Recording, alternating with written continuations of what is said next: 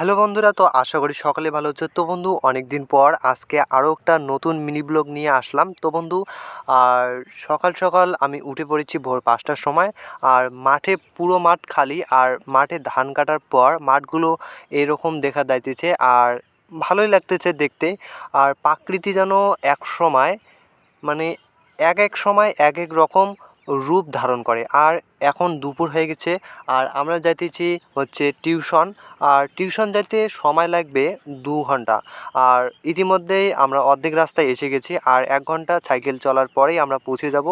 আর এখন বিকেল হয়ে গেছে, আর বিকেলবেলার সকালবেলার তুলনায় বিকেলটা লাগতেছে খুব ভালো, হাওয়া ছিল। আর আমার সঙ্গে রয়েছে আমার ভাই, আর সে আম খেতেছে, আর আমটা খুব মিষ্টি ছিল সে বলল।